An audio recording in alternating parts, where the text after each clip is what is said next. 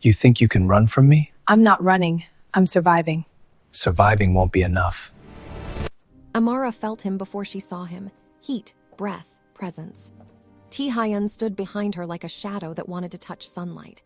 He didn't lay a hand on her, not yet, but the air between them burned like he already had. And in that moment, she realized the most dangerous thing in this mansion wasn't the guards, the secrets, or the enemies outside. It was the way her body reacted to him. Welcome to Afrokorean storyline, where dark romance meets suspense, passion, and drama. Don't forget to like, comment, and subscribe if you love stories that grip your heart from the first second. She ran. Her bare feet slapped against the cold marble floor, her breath coming in sharp gasps that echoed through the empty corridors of the mansion. Behind her, she could hear his footsteps, slow, deliberate, like he had all the time in the world to catch her. Because he did. Amara's heart hammered against her ribs as she turned another corner, her silk nightgown billowing behind her like a white flag of surrender. But she wasn't surrendering. Not tonight, not ever. She had spent 3 months in this gilded cage, 3 months as the unwilling wife of Seoul's most dangerous man, and tonight was supposed to be her escape. The guards were distracted. The security system had a blind spot. Everything was perfect. Everything except the fact that Tae-hyun always knew. He always knew. Her lungs burned as she burst through a set of double doors and found herself in the West Wing gallery.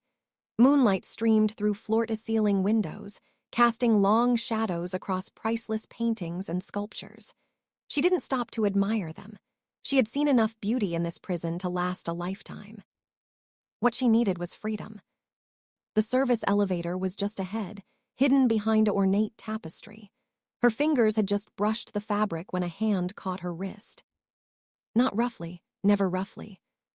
That was what made it worse. Going somewhere, wife.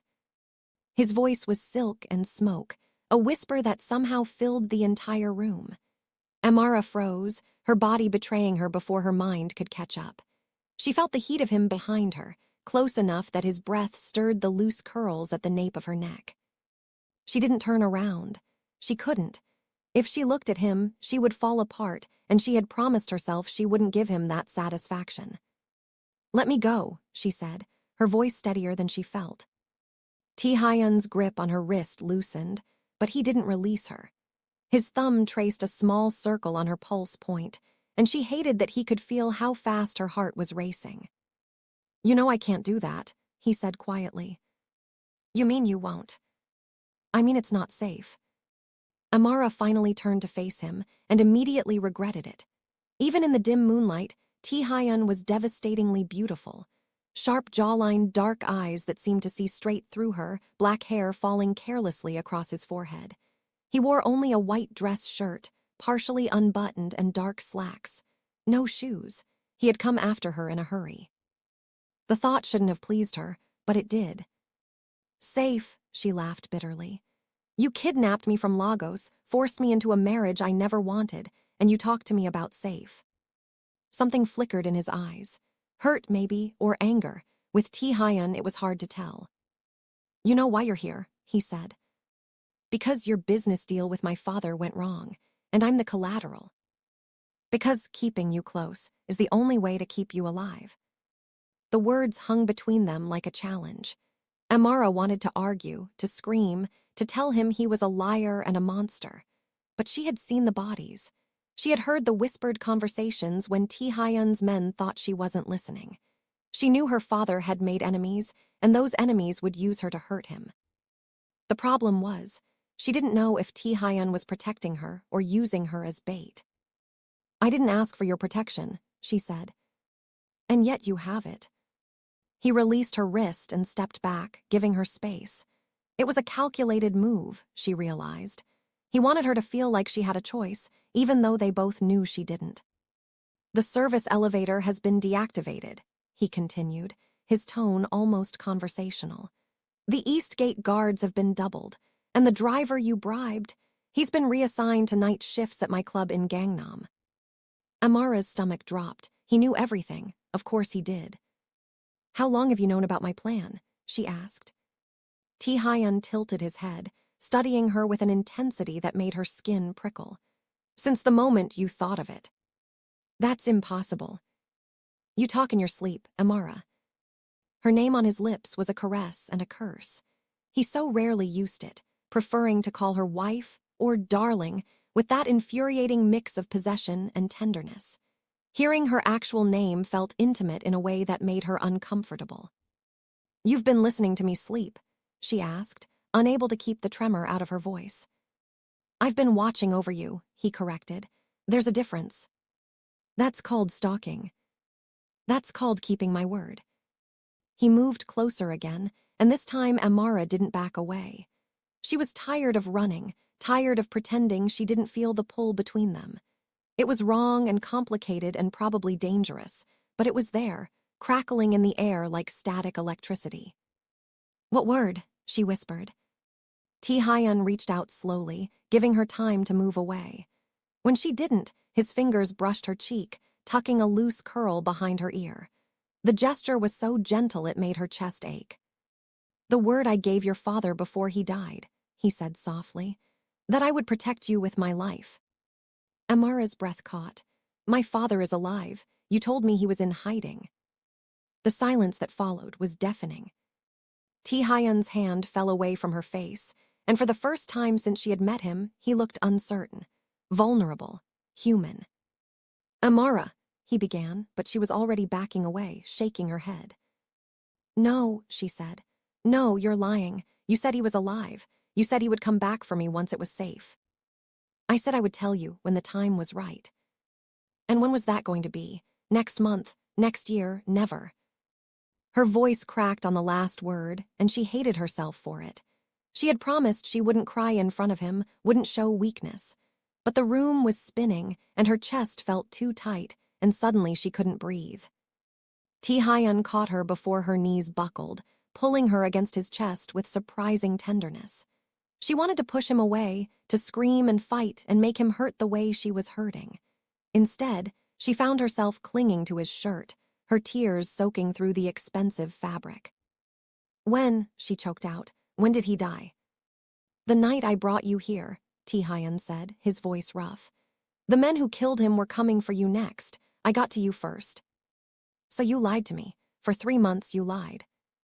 "I protected you. There's a difference." "Stop saying that." She shoved against his chest, but he didn't let go. "You don't get to decide what I need.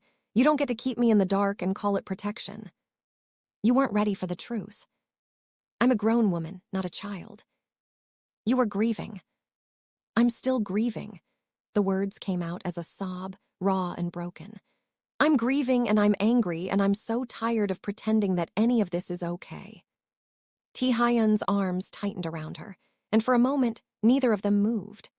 Outside, the city lights of Seoul twinkled in the distance, a reminder that life continued beyond these walls. People were living and loving and dying, and here she was, trapped in a marriage to a man who had built his empire on secrets and violence. A man who was holding her like she was something precious. "I know you hate me," Tae-hyun said quietly, "and you have every right to, but I need you to understand something." He pulled back just enough to look at her, his dark eyes searching hers.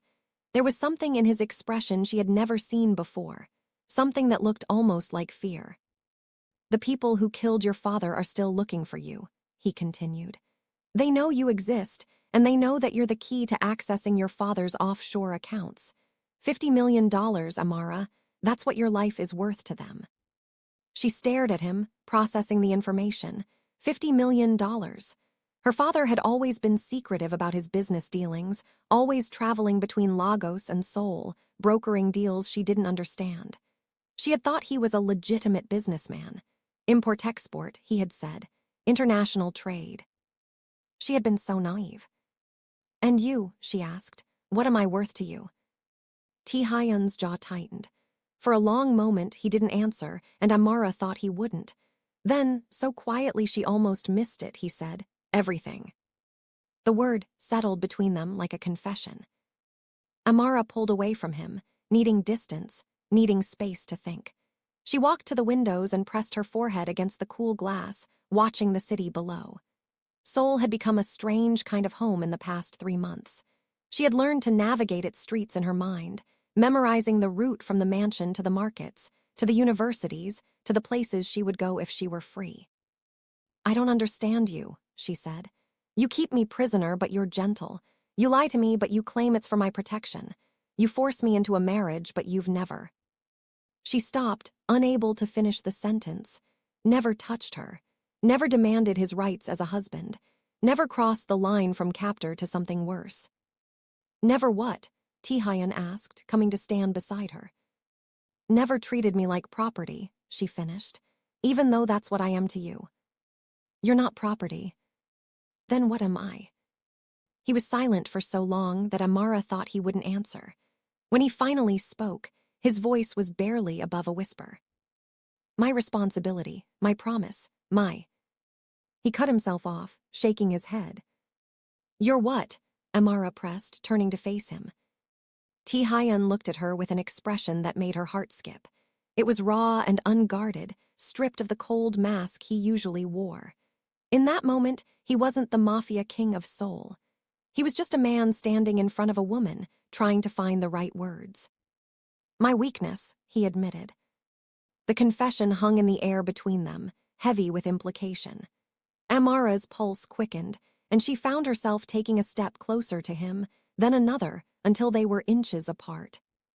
"I should hate you," she said. "I know. I should want you dead. I know that too. But I don't." Tae-hyun's hand came up to cup her face, his thumb brushing across her cheekbone. "Tell me to walk away," he said. "Tell me you want nothing to do with me, and I'll give you your freedom.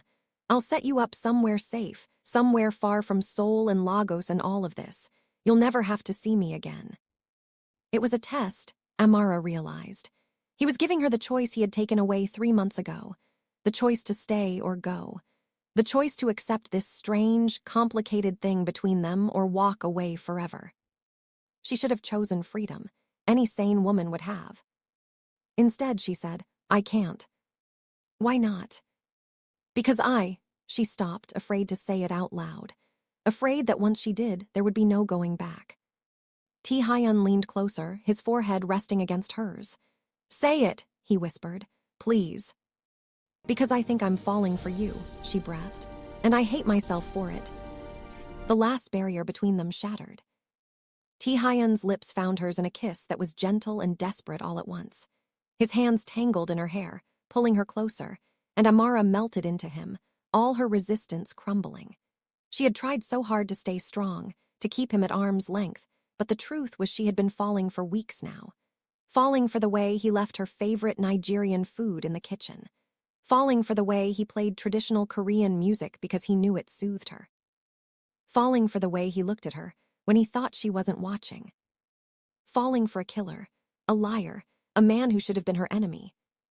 When they finally broke apart, both breathless, Tae-hyun pressed his forehead to hers again. "I fell first," he confessed. "The moment I saw you in Lagos, arguing with your father about wanting to study medicine instead of business. You were wearing a yellow dress and you had fire in your eyes, and I knew I was in trouble."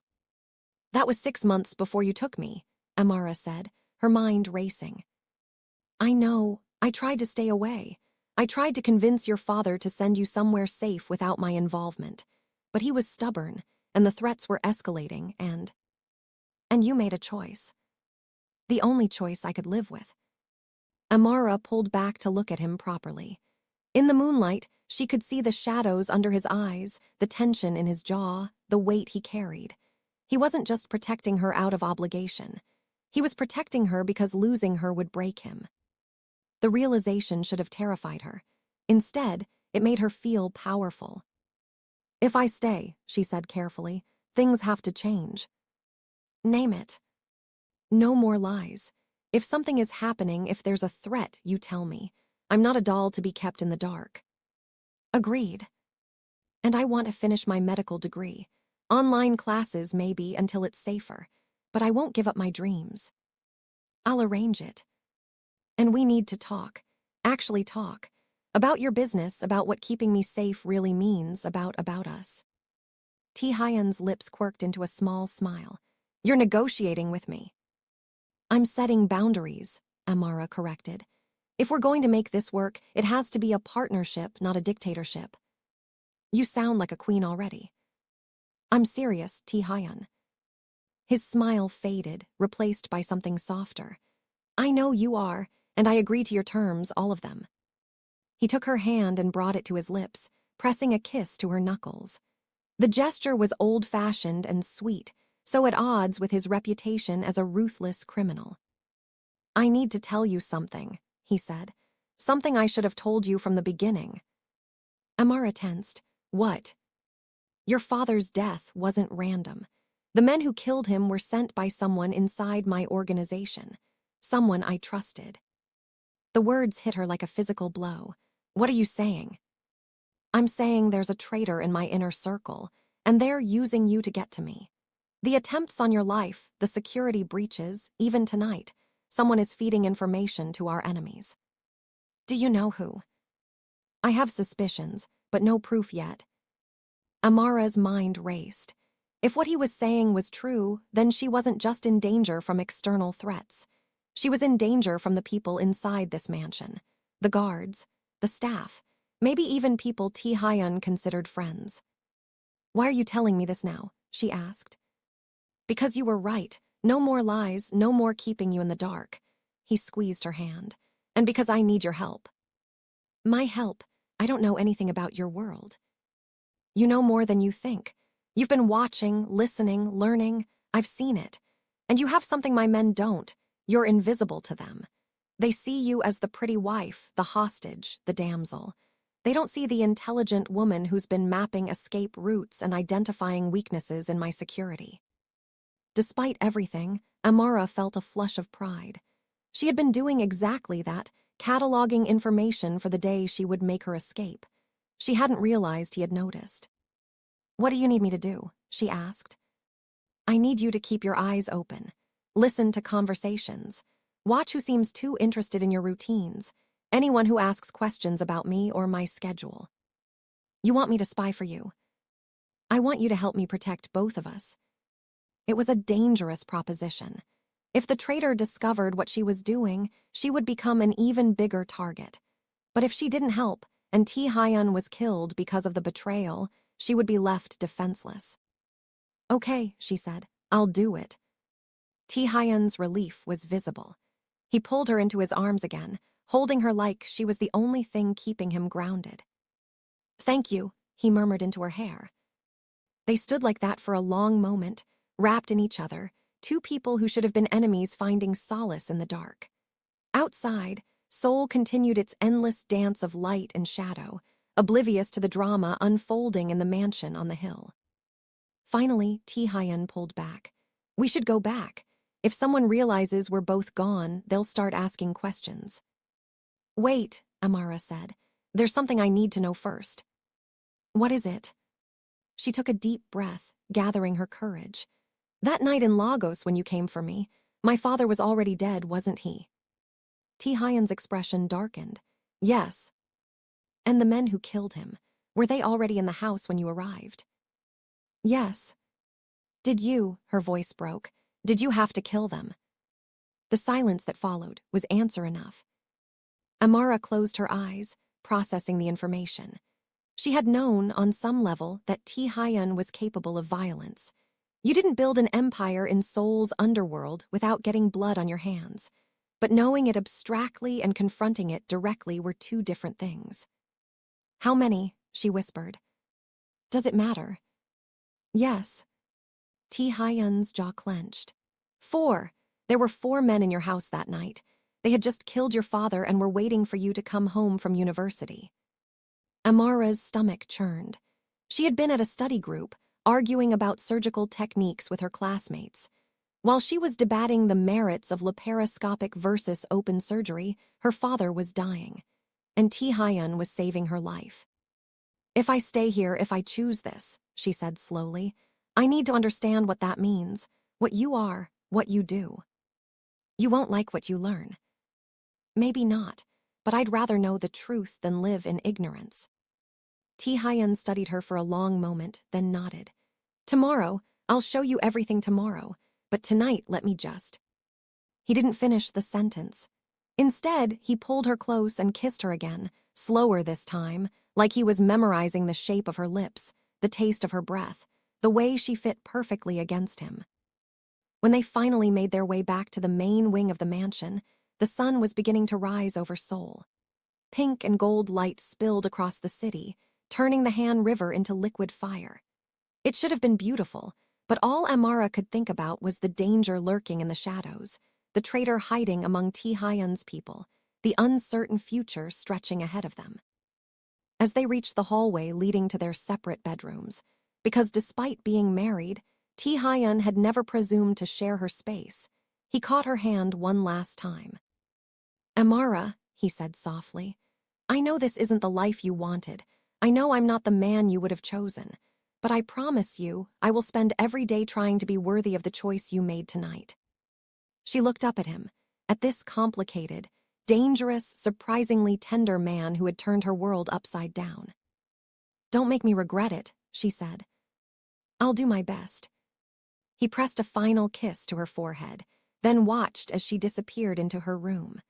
Only when her door was closed did he allow himself to lean against the wall, exhaustion and relief washing over him in equal measure. She had chosen to stay.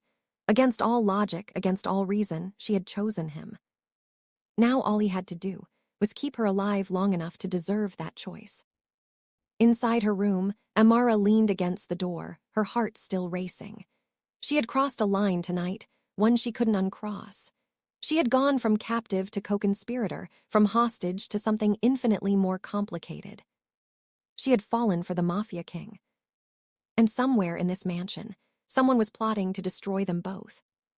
As the sun rose over Seoul, casting long shadows through her window, Amara made a silent promise to herself. She would help Tae-hyun find the traitor. She would learn to navigate this dangerous world. She would become the queen he had called her. But more than that, she would survive.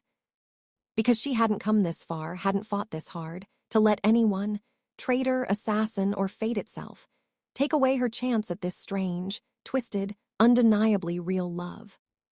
The game had changed, and Amara was ready to play. If you want to see what happens next, if you want to watch Amara and Tae-hyun navigate this dangerous dance of trust and betrayal, subscribe now. Drop a comment telling me what you think. Is Amara making the right choice? And hit that like button because this story is just getting started.